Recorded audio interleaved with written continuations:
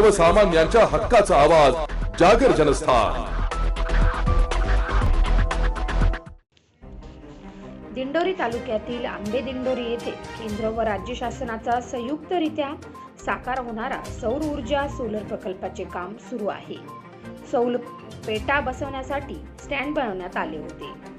Solar fitting करण्यासाठी काही solar प्लेटा मोकळ्या करून ठेवल्या होत्या। त्यात पॅकिंगचे कागद पुसटे होते।